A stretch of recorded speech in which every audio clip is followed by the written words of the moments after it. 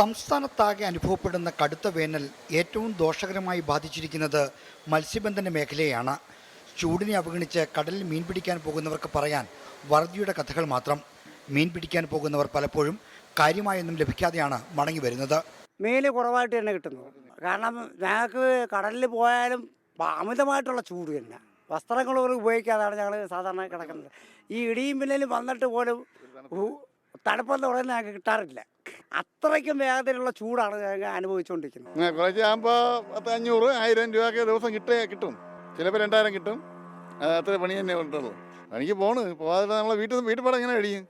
എന്തെങ്കിലും ആഹാര ഭക്ഷണം കഴിക്കാൻ തന്നെ ഉള്ള ഇത് മക്കളെ കുട്ടിയെ നോക്കണ്ടേ? അന്തരീക്ഷ താപനില വർദ്ധിച്ചത് കടലിനെയും ബാധിച്ചിട്ടുണ്ട്. കടൽ വെള്ളത്തിന് ചൂട് കൂടിയതോടെ തീരക്കടൽ മീനുകളെല്ലാം ആഴക്കടലിലേക്ക് വലിഞ്ഞു.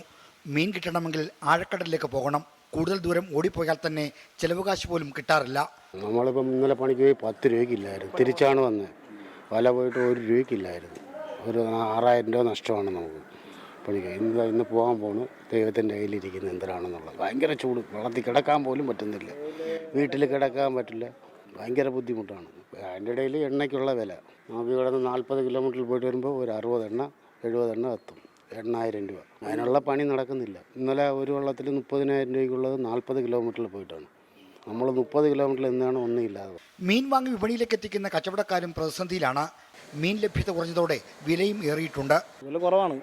വണ്ടിക്കാർക്ക് പണി മോശം, ചൂടായതുകൊണ്ട്. ഇപ്പോൾ അല്ലെങ്കിൽ നമ്മൾ കൊല്ലത്തോവും. അപ്പോൾ അവിടെയും പണി മോശമാണ്. കൊല്ലക്കാർ മീൻ മിക്കോളം ഇവിടെ വരെയാണ്. ചൂട് കൂടിയതിനെ തുടർന്ന് വള്ളങ്ങളിലും മറ്റും മീൻ പിടിക്കാൻ പോകുന്നവർ ഇപ്പോൾ വൈകിട്ടാണ് കടലിൽ പോകുന്നത്. കഠിനമായ ചൂടിൽ കടലിൽ പോകുന്ന മത്സ്യത്തൊഴിലാളികൾക്ക് ശാരീരിക ബുദ്ധിമുട്ടുകളും പതിവാണ്.